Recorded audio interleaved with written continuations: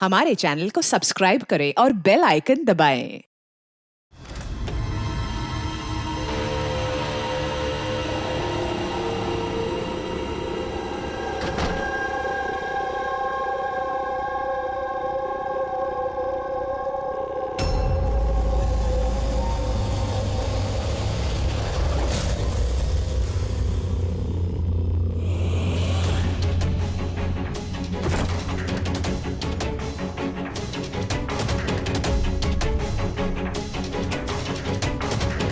बकुल से आज बात करनी पड़ेगी, चाहे कुछ भी हो। बकुल से बात करनी ही पड़ेगी।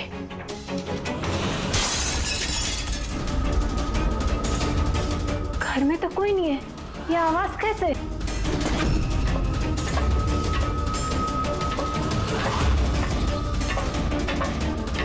कीर्ति, बकुल, तो कुछ बोलता क्यों नहीं है? कीर्ति, भैया, कीर्ति,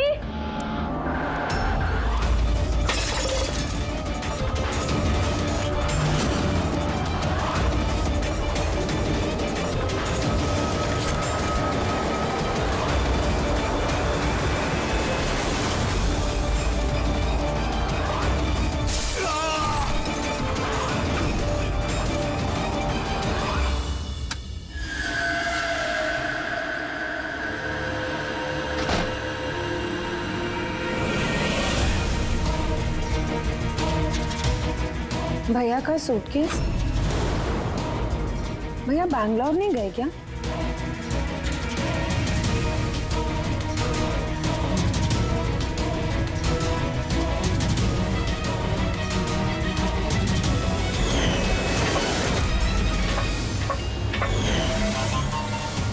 भाभी भी वापस आ गई।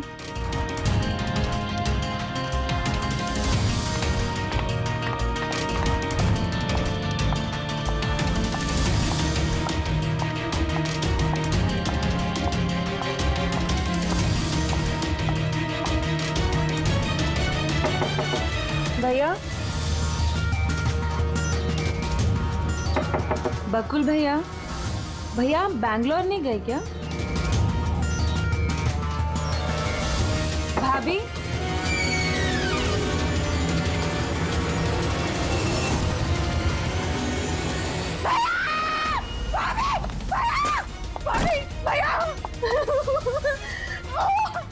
आशिका भाभी, भाभी, भाभी, भाभी।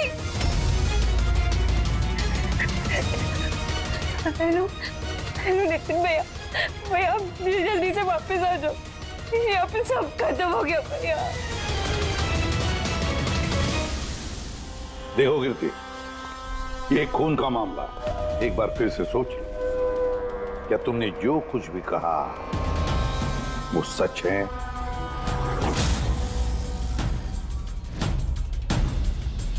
सर, हमें नहीं लगता है कि ये बात सच है। आपके लगने या ना लगने से कोई फर्क नहीं पड़ता। जब आपसे कुछ पूछा जाएगा तभी बोलना। हो सकता है ये सच बोल रही हो, क्या पता।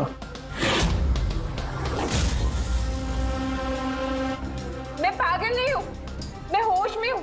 मैं कह रही हूँ ना आपको कि आशिका भाभी ने खुद ही बोला है कि उन्होंने बकुल भैया का खून किया है। भाभी! भाभी! भैया! आशिका भाभी! भाभी! भाभी! भाभी! भाभी! भाभी का थैंक गॉड। भाभी! भाभी! भाभी! ये सब हुआ कैसे? किसने किया ये सब? भाभी मर गया बकुल। किसका खत्म? हाँ, मार दिया, सब खत्म, मार दिया। सिर्फ मार दिया ये कहने से साबित नहीं हो जाता कि उसी ने बकुल को मारा है। ये भी हो सकता है कि वो कुछ और बोलना चाहती है। हाँ?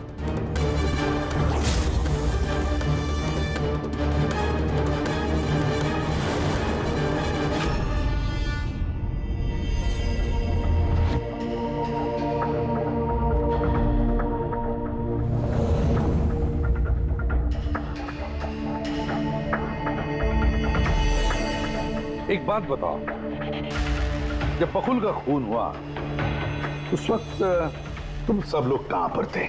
कहां थे तुम लोग? मैं और नितिन तो एक दोस्त की शादी में खंडाला गए थे। कीर्ति का कॉल आया और हम भागे चले आए। मेरी बिजनेस मीटिंग थी होटल क्रिट्स में, वहाँ एक क्लाइंट के साथ डिनर था। जैसे ही नितिन का फोन आया तो मैं यहाँ पर चला आया। और आप कीर्ति, आप कहां थी? मैं बाहर गई हुई थी। कीर्ति बाहर गई थी, चाचा जी क्लाइंट के साथ मीटिंग में थे और आप दोनों खंडाला गए थे।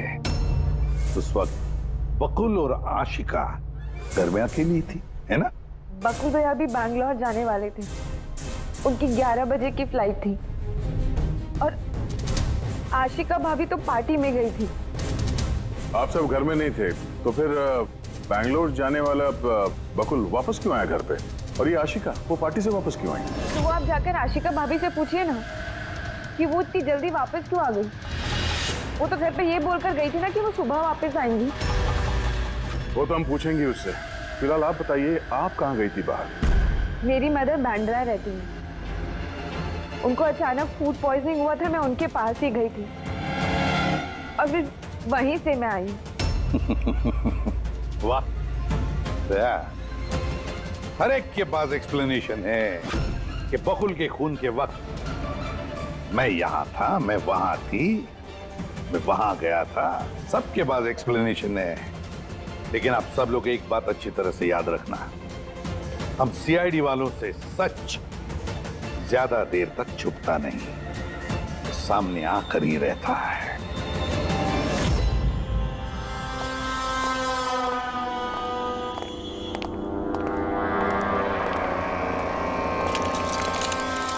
हाँ जी, पूरी बॉडी में कांच के टुकड़े घुसे हुए थे यहाँ पे। सर एब्डोमिनल टेस्ट भी किया सर, यहाँ पे जो खून है इसके अलावा कहीं भी खून नहीं है। एक काम करो, घर की अच्छी तरह से तलाशी लो, देखो कोई ना कोई सबूत जरूर मिलेगा, है ना?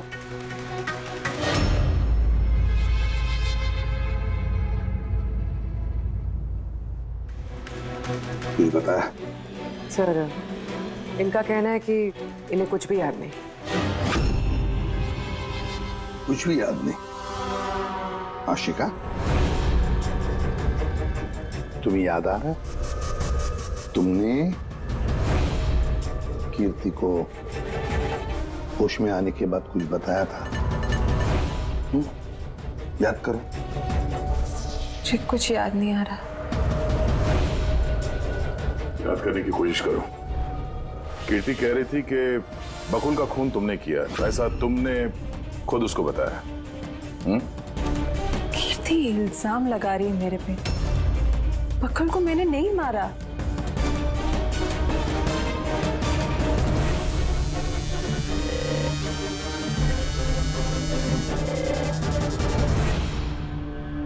सर, कहीं ये याददाश्त जाने की एक्टिंग तो नहीं कर रही है?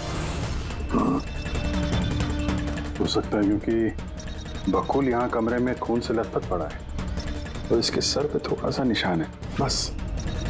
बेहोश हुई कैसे? वही तो, इससे सच उगलवाना पड़ेगा। कैसे उगलवाएंगे सर?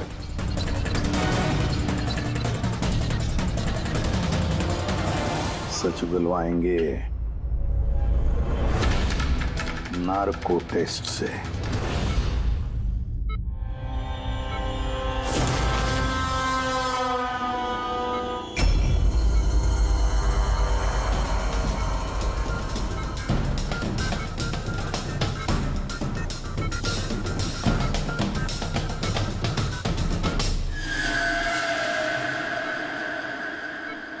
अप्रैल की रात को जब आप पार्टी से घर लौटे तो क्या हुआ था? मैं घर में घुसी, बकुल चिल्ला रहा है। फिर क्या हुआ? फिर मैं रूम में गई देखने के लिए। क्या देखा आपने? मैंने देखा कि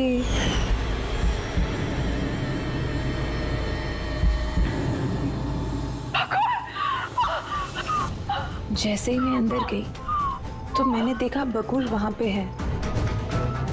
उसकी पीठ से खून निकल रहा था। उसने मुझे मदद के लिए कहा।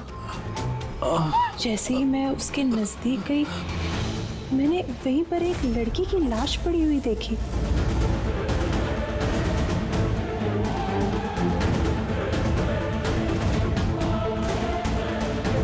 मुझे गुस्सा आया और मैंने वहां पड़ा एक कांच को उठाया।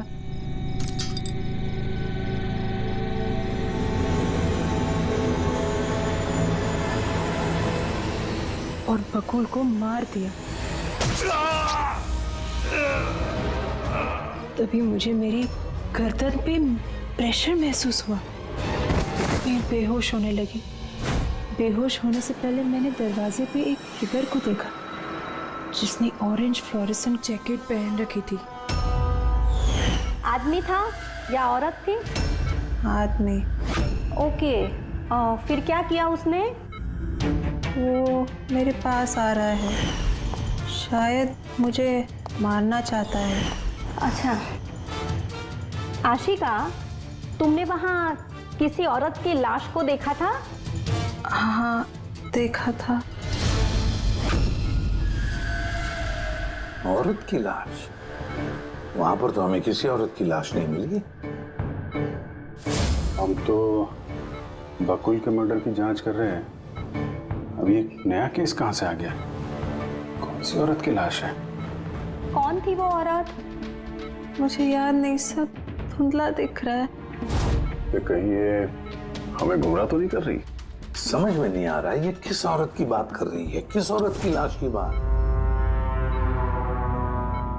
आशिका, तुमने बकुल को क्यों मारा? क्यों मारा बकुल को? ठीक ही हुआ कि वो मर गया। वैसे ही जिंदा रहता तो मैं सड़कों पे धक्के खाती। क्यों? सड़कों पे धक्के क्यों खाते? बदचलन साबित करना चाहता था, तलाक चाहता था मेरे से। अच्छा, वो मरी हुई औरत, वो कौन थी? मैंने आपको कहा ना, मुझे याद नहीं वो कौन थी। देखो आशिका, हमें वहां पर किसी भी औरत की लाश नहीं मिली। तो फिर कहाँ गई होगी वो लाश? मुझे जब होश आया वो लाश वहां से जा चुकी थी। और वो फ्लोरेसेंट ऑरेंज कलर का जैकेट पहना हुआ आदमी? वो धुंधला धुंधला सा दिख रहा था, दरवाजे पे ही खड़ा था। शायद मेरे बेहोश होने का इंतजार कर रहा था।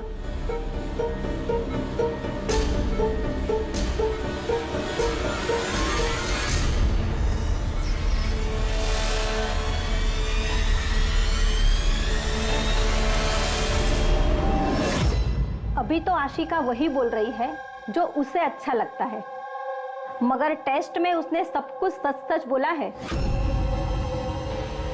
Thank you sir. अगर इसने नार्को टेस्ट में सच बोला है तो हमें उस मरी हुई औरत के बारे में पता करना पड़ेगा। लगता है क्राइम सीन पर दोबारा जाना पड़ेगा। अच्छी तरह से फिर से चेक करते हैं, कोई ना कोई सबूत तो मिलेगा ही मिलेगा। सर ये मशीन कोई स्पेशल मशीन है? ये मशीन छोटे से छोटा सबूत ढूंढने में भी सक्षम है, जैसे कि माइक्रोब्स जो अक्सर धूल में मिल जाते हैं। और ये जो मशीन है ना, ये इस कमरे में छोटा से छोटा जो डस्ट पार्टिकल होगा ना, छोटे से छोटा, उससे उस जैकेट वाले आदमी का पता बता देगी जो इस कमरे में मौजूद था। बहुत बढ़िया।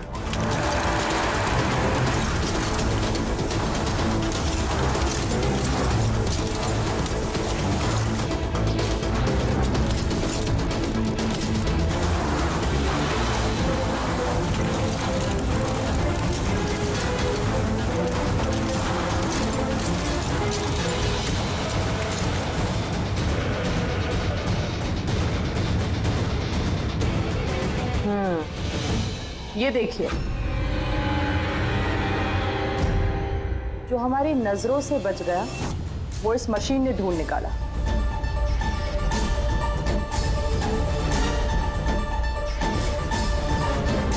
तो कोई नाखून लगता है। वो भी नेल पेंट लगा हुआ, डेफिनेटली कोई औरत का है। मगर सर यहाँ कैसे?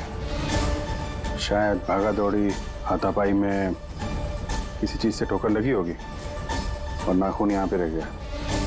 घर वालों का पता करो, इनमें से तो किसी का नहीं।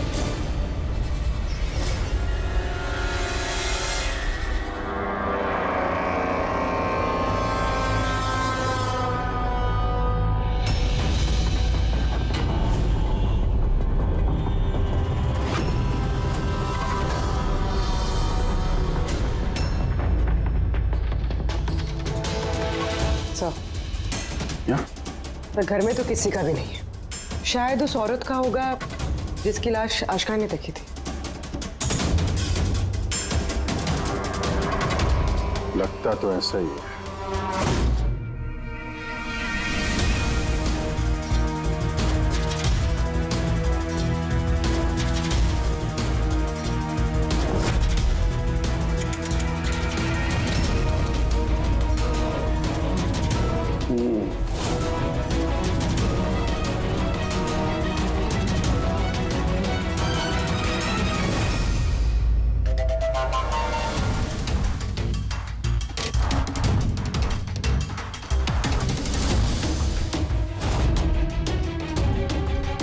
ये बात है तारिका। राइट।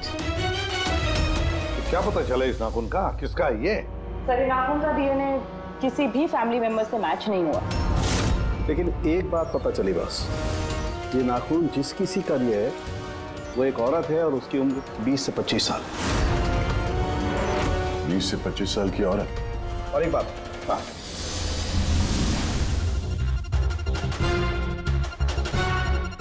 ये जो बारीक बारीक सफेद सफेद कण देख रहे हो ना, ये high percentage of high and cocaine है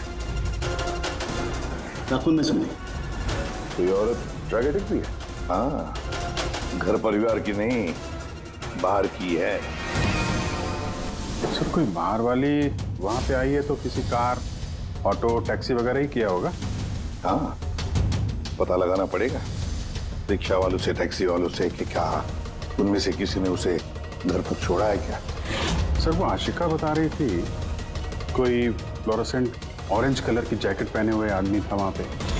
बेहोश होने से पहले मैंने दरवाजे पे एक फिगर को देखा जिसने ऑरेंज फ्लोरोसेंट जैकेट पहन रखी थी। वो कौन है, कहाँ से आया, कहाँ गायब हो गया, उसके बारे में भी पता लगाना पड़ेगा। और सर जितने ड्रग पेडलर्स हैं उनसे भी पता करना पड़ेगा कि कितनी औरतें ये हाई एंड कोकेन लेती हैं। अभिजीत, एक काम करो, रिक्शा वालों से, टैक्सी वालों से पता लगाओ क्या किसी ने इस औरत को घर पर छोड़ा था क्या, और मिसिंग पर्सन रिपोर्ट भी चेक करो। बताया जाओ, शहर में जितने भी ड्रग पेडलर्स है ना, सबसे जाकर पूछताछ करो। देखो क्या वो किसी ऐसी औरत को जानते हैं जो हाई क्वालिटी कोकेन इस्तेमाल करती है, और हम जाकर उन घर वालों से मिलते हैं, देखते हैं क्या कर रहे थे, कहाँ गए थे इस हादसे के वक्त।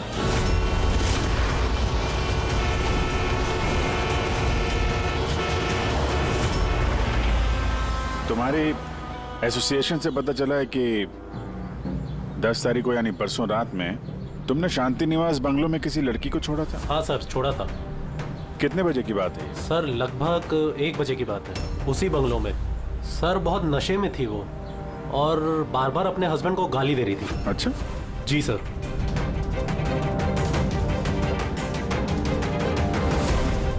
ये लड़की थी वो? हाँ सर, यही थी वो। वहाँ बंगलों के आसपास कुछ गड़बड़ लगी क्या? नहीं सर, गड़बड़ तो कुछ नहीं लगी, सब कुछ नॉर्मली था।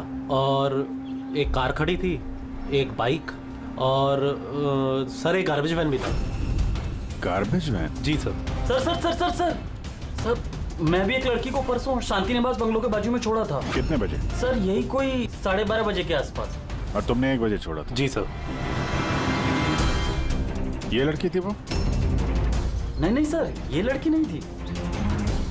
तो इसको तुमने 1 बजे छोड़ा और 12:30 बजे जिस लड़की को छोड़ा था उसको दोबारा देखोगे तो पहचान जाओगे? एकदम सर, बरोबर पहचान लेगा। गुड। सुनो, तुम लोगों से जो भी सवाल पूछा जाएगा उसका सही सही जवाब चाहिए। जरा सा भी झूठ बोला ना तो बड़ी मुसीबत खड़ी हो जाएगी, समझे? सर झूठ बोल के जान आफत में नहीं डालनी है हमें। तो फिर बताओ, जिस दिन बकुल का खून हुआ उस दिन क्या चेतन तुम्हारे होटल में था? जी सर, वो होटल में थे और उन्होंने सारा समय क्लाइंट के साथ बिताया। उन्होंने क्लाइंट के साथ डिनर भी किया। अच्छा, तो ठीक है, क्लाइंट के सारे डिटेल्स चाहिए हमें और उस दिन का सीसीटीवी फुटेज भी। शीना, कीर्ति की माँ को फूड पॉइजनिंग क्यों हुई? खाने में क्या मिलाया था? मैंने तो कुछ भी नहीं मिलाया था। आंटी जी तो बाहर गई हुई थी। जब वो वापस लौट के आई उनकी तबीयत खराब थी। सर नितिन और सिया दोनों सारा दिन शादी में ही थे। पूछे भी नहीं बता रहे। रट्टा मार के आए हो क्या? नहीं मैम, जो सच्चाई है वही बता रहा हूँ। 11 बजे फंक्शन बंद करा दिया था हमने। उसके बाद में नितिन और सिया वो लोग कहाँ गए? फिर वो दोनों अपने रूम में चले गए सर।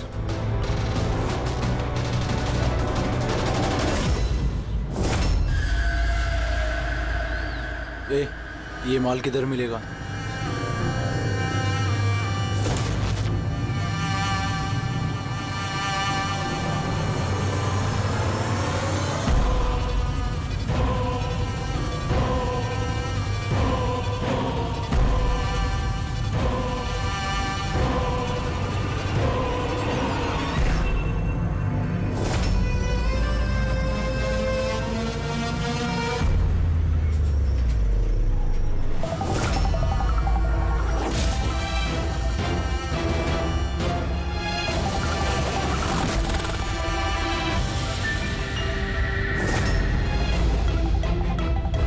माल चाहिए।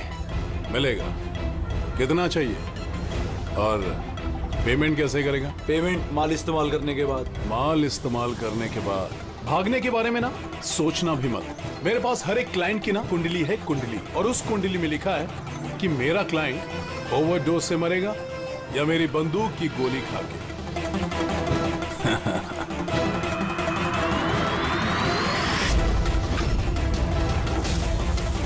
मगर तेरी कुंडली में लिखा है जेल जाना। क्या पागलपन है ये? कौन है आप लोग? ये हमारा आदमी है।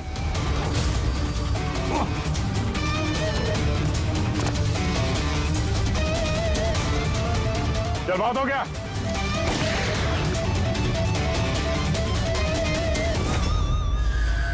बस। उन सब औरतों के फोन नंबर चाहिए हमें जिन्हें तुम ड्रग सप्लाई करते हो। जल्दी लाओ।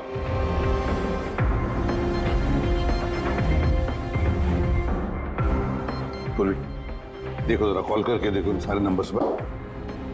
देखो कोई गायब तो नहीं है।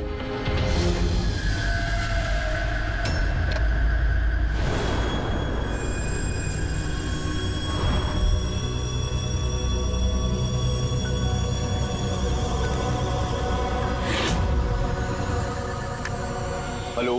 हाँ जी, मैं सोनारिका से बात कर सकती हूँ? देखिए मैम, सोनारिका जो है 2 दिन से यहाँ काम पर नहीं आ रही है। क्या? और जिसकी वजह से हम लोग भी परेशान हैं। 2 दिन से? ठीक, thank you sir. Sir, diary में जो फोटोज थी उनमें से ये वाली लड़की गायब है। इसका नाम सोनारिका है और ये एक बार में काम करती है। 2 दिनों से गायब है। ये सोनारिका, ये तुम्हारी क्लाइंट है? हाँ सर। इसी लड़की को छोड़ा था तुमने? हाँ सर, यही थी। अच्छा, यही थी। आशिका ने इसी को देखा होगा। बकुल के परिवार वालों को अंदर देख रहा हूं। जरा ध्यान से देखिए ये फोटो।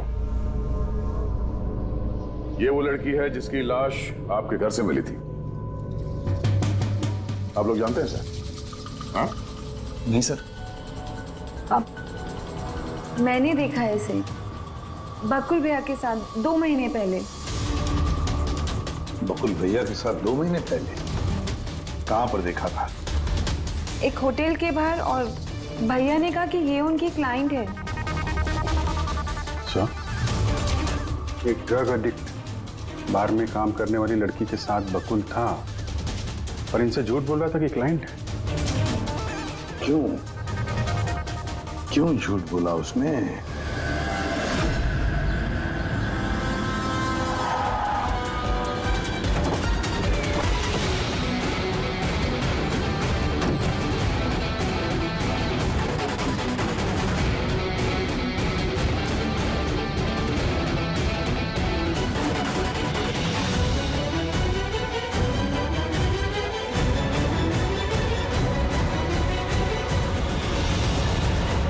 सोनाली का यहीं पे काम करती थी ना? जी हाँ, यहीं काम करती है। आप लोग कौन? सीआईडी। सोनालिका का खून हो गया। क्या? इसीलिए वो 2 रात से यहाँ काम पर नहीं आ रही है। हाँ, मगर हमें उसकी लाश नहीं मिली है। और के साथ साथ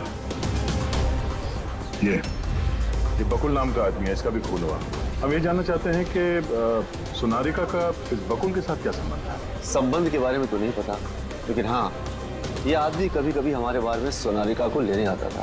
फिलहाल आपको इसके बारे में ज्यादा जानकारी तेजी ही दे सकती है साहब। ये तेजी कौन है? सर, ये है तेजी।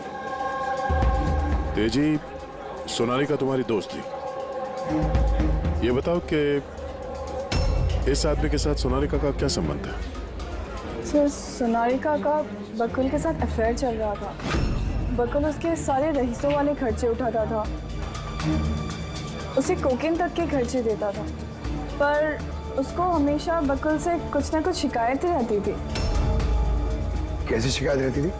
वो कहती थी कि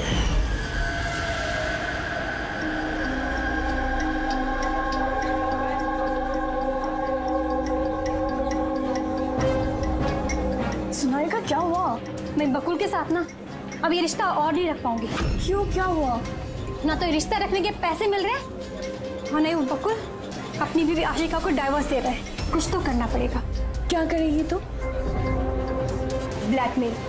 क्या? मैं उसे ब्लैकमेल करूंगी जिसने मुझे नाटक करने के लिए कहा है। तो कोई सोनालिका को पैसे दे रहा था बकुल के साथ प्यार का नाटक करने के लिए। मास्टरमाइंड कोई और ही है। हाँ, और उसी मास्टरमाइंड ने प्लान किया और इस सोनालिका और बकुल को मार दिया। और आशिका का वहां पर आना प्लान में शामिल नहीं था। समझ में नहीं आ रहा है कि ये बकुल अपनी फ्लाइट छोड़कर घर वापस क्यों आया। और सर, अगर खूनी को बकुल की गर्लफ्रेंड को मारना ही था तो कहीं और भी मार सकता था। वहां घर पे क्यों क्यों किया? तो शायद खूनी को पहले से पता था कि बकुल के घर में कोई नहीं, इसीलिए उसने धोखे से सोनालिका को वहां पे बुलाया और उसी समय बकुल और आशिका वहां पे पहुंच गए होंगे। ये हो सकता है।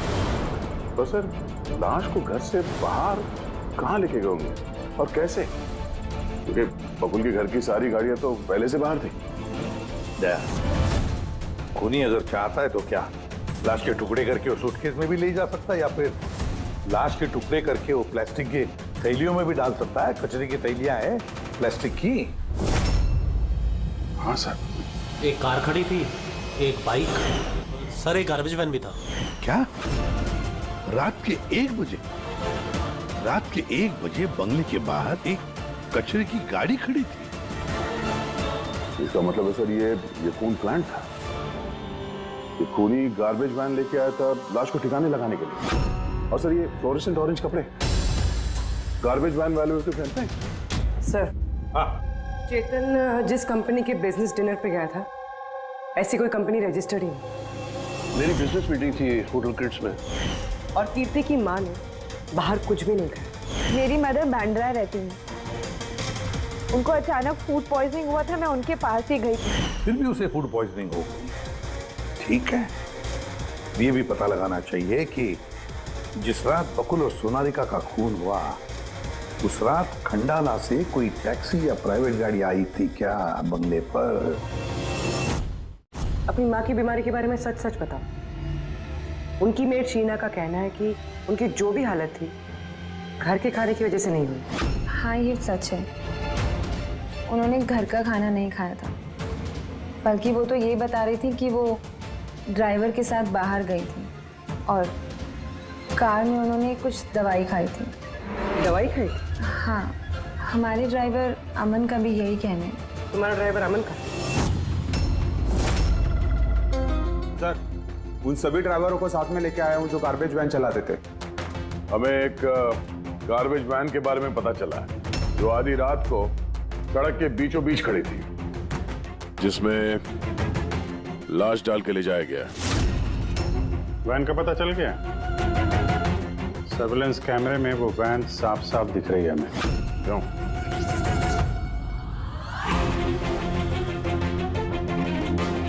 तुम हो ना उस वैन के ड्राइवर? नहीं सर, मुझे कुछ नहीं पता। मेरा भाई लेकर गया था सर उस वैन को। अब वो उसे कहाँ लेकर गया था और क्यों लेकर गया था मुझे कुछ नहीं बताया सर उसने। फोन लगा उसका? जी सर।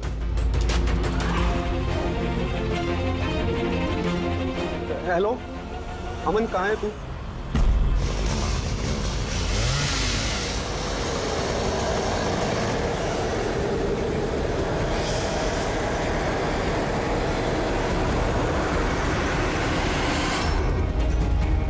क्या भाई, कैसा है?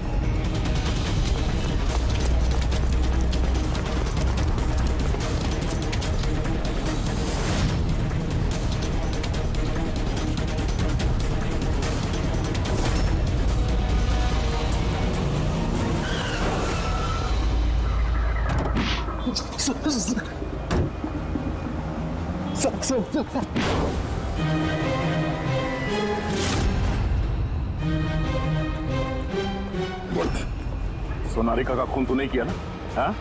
और कीर्ति की माँ के पानी के बोतल में भी तुमने कुछ मिलाया था? हाँ? सर मैं सब सच बता रहा हूँ। मैंने तो जो कुछ किया उस फोन कॉल की वजह से किया था जो बकुल सर के बंगले से आया था। किसने फोन किया था बकुल के बंगले से? मैंने उसे कभी देखा नहीं है, सिर्फ उसकी आवाज सुनी थी। औरत ही आदमी? सर कभी कभी तो औरत की आवाज में फोन आता था और कभी आदमी की आवाज में। सर, ये जो कोई भी है ना, ये बकुल के घर वाला ही। हाँ, मगर तूने ये सब किया क्यों? कोई फोन पे कुछ भी बोल देगा तू कर देगा? हाँ? सर मुझे लालच दिया गया था सर कि मेरे 5 लाख के कर्जे को चुका दिया जाएगा अगर मैंने उनकी बात मानी तो। सर मैं लालच में आ गया था, मगर मैंने कोई खून नहीं किया सर। मैंने तो सिर्फ लाश को टिकाने लगाया था सर। लाश कहाँ?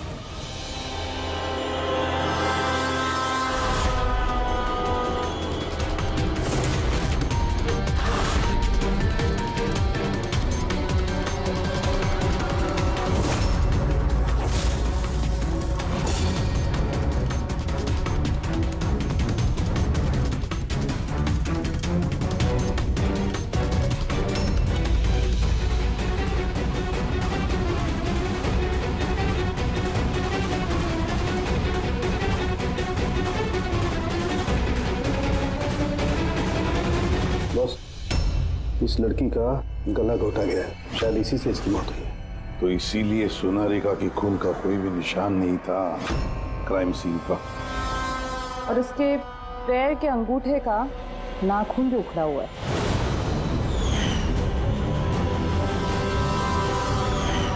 और सर ये क्या है? ये पीला पीला पार्टिकल?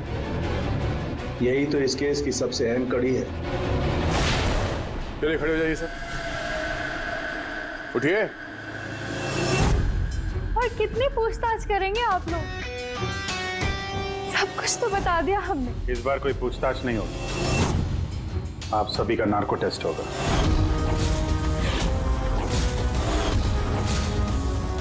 Narco test? क्यों पर? क्योंकि आप में से कोई है जो सच नहीं बोल रहा है। आपके पास कोर्ट की परमिशन है इस नार्को टेस्ट के लिए? जी हाँ, परमिशन के बिना हम कुछ नहीं करते।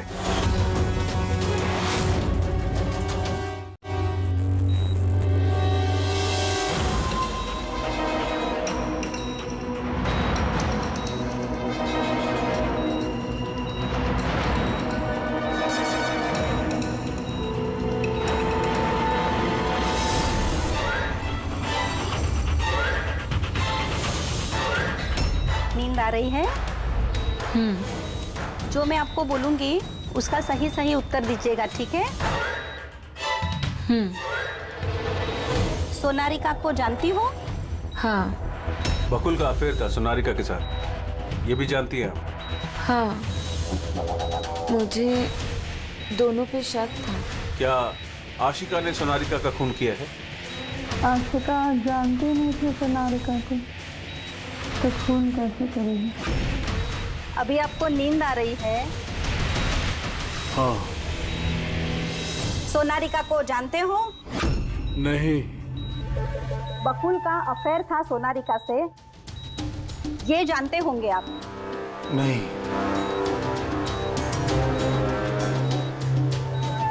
क्या आशिका ने सोनारिका का खून किया है?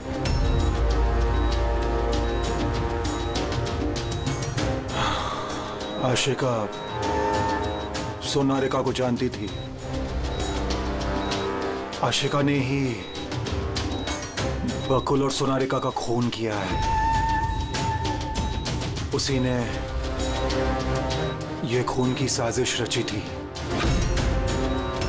आशिका की हरकतें कुछ दिनों से काफी अजीब थी। ये बात मैंने बकुल को बताई थी। क्या हुआ सर?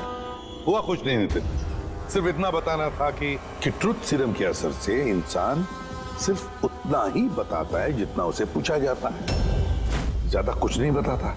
अब बात यह है कि इंसान का दिमाग अपना मेमोरी शेयर करता है पर ओपिनियन नहीं देता, जैसे तुमने अभी दिया। अब सारी असलियत फटाफट बता दे, वरना असली वाला सीरम देना पड़ेगा तुझे। असली ट्रूथ सीरम मतलब ये कि हमने जो सीरम दिया था वो ट्रूथ सीरम नहीं था, ग्लूकोज का इंजेक्शन था। व्हाट? शक तो हमें तुम पे पहले से ही था, लेकिन सारी सच्चाई तुम्हारे मुंह से सुनना चाहते थे। नितिन, सब कुछ तुमने बड़ी सफाई से, बड़ी चालाकी से किया था, लेकिन सोनारिका के चेहरे पर जो हल्दी लगी थी ना, उसने तुम्हें पकड़वा दिया। वही हल्दी जो शादी के वक्त तुम्हारे हाथ में लगी थी। ये पीला पीला पार्टिकल दरअसल हल्दी है, और इस हल्दी में आटा और तेल भी मिला हुआ। आटा, तेल, हल्दी। चेहरे पे हल्दी नहीं है, सिर्फ यहाँ कदम के पास। कहाँ से आई होगी ये हल्दी? सर, सिया बता रही थी कि वो लोग खंडाला गए थे शादी के लिए, और वहां पे हल्दी के रस्म में शामिल भी हुए थे वो लोग। बकुल 500 करोड़ का एम्पायर चला रहा था, वो एम्पायर जो मैंने सेटअप किया था, लेकिन वो मुझे ही उस एम्पायर से बेदखल करने की फिराक में था। तो फिर उससे बात करते थे, उससे समझाते थे। बात करने की कोशिश की थी सर, कई बार कोशिश की थी, लेकिन वो सुनता तब ना। भाई था वो मेरा, मैं नहीं मारना चाहता था उसे, लेकिन वो पूरा एम्पायर अपने नाम पे करवाना चाहता था। इसीलिए फिर मैंने भी एक प्लान बनाया। क्या प्लान बनाया? बकुल और आशिका के आए दिन झगड़े होते रहते थे। वो आशिका को छोड़ना चाहता था। मैंने सोनारिका को पैसों का लालच दिया और उससे कहा कि बकुल से झूठ मूठ का प्यार का नाटक करे, और एक दिन आगे जाके उससे शादी भी करे। दरअसल मैं सोनारिका के जरिए अपना एम्पायर हासिल करना चाहता था। मगर उसे क्यों मान दिया?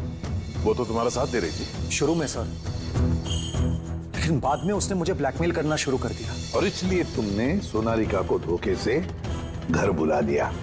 हाँ सर। उस रात मैंने ऐसी सिचुएशन क्रिएट की जिससे कि सब लोग घर से बाहर रहे। मैं भी सिया के साथ खंडाला चला गया, और जैसे ही सिया ने दवाई ली और सो गई, मैं फौरन टैक्सी पकड़कर यहां आ गया और अमन को बुला लिया। सोनारिका के घर पहुंचते ही, देखो सोनारिका, मेरी बात समझने की कोशिश करो। अगर बीच रास्ते में तुमने मेरा साथ छोड़ दिया तो मेरा पूरा प्लान चौपट हो जाएगा। हो जाए प्लान चौपट, मुझे कोई फर्क नहीं पड़ता।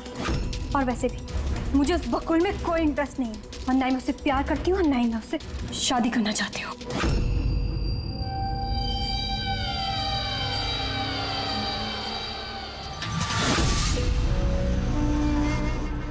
देखो, अगर तुमने मेरा साथ नहीं दिया तो बहुत पछताओगी, बता रहा हूं मैं। धमकी दे रहे हो तुम मुझे? धमकी दे रहे हो तुम मुझे? हाँ? ऐसा ही समझ लो।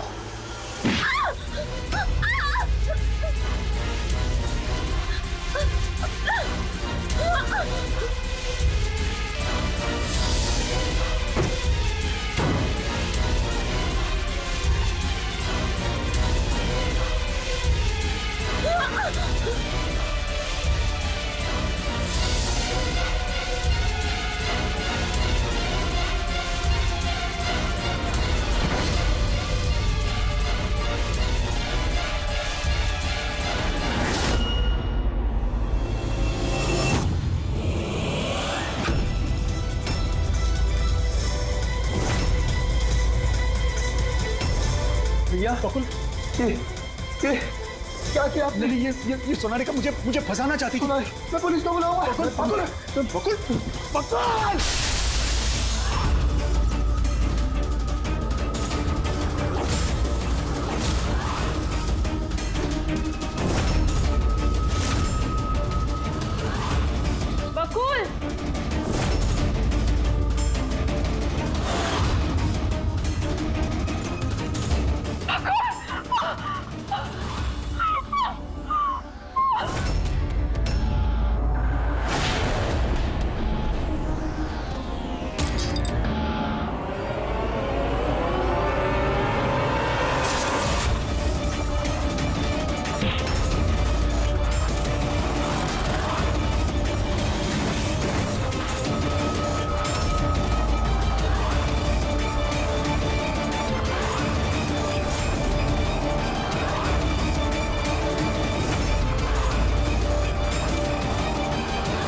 मैंने अमन को फोन पे पहले ही बता दिया था सोनालिका की लाश को ठिकाने लगाने के लिए। उसने बिल्कुल वैसा ही किया। पैसों की लालच ने तुम्हें इतना अंधा बना दिया कि तुम अपना सगा रिश्ता भी भूल गए, अपने भाई की जान ले ली और तो और अपनी साथी सोनालिका को भी मार डाला। कानून तुम्हें कभी माफ नहीं करेगा, कड़ी से कड़ी सजा होगी, शायद फांसी। For more updates, subscribe to our channel, click the show links and enjoy watching the videos.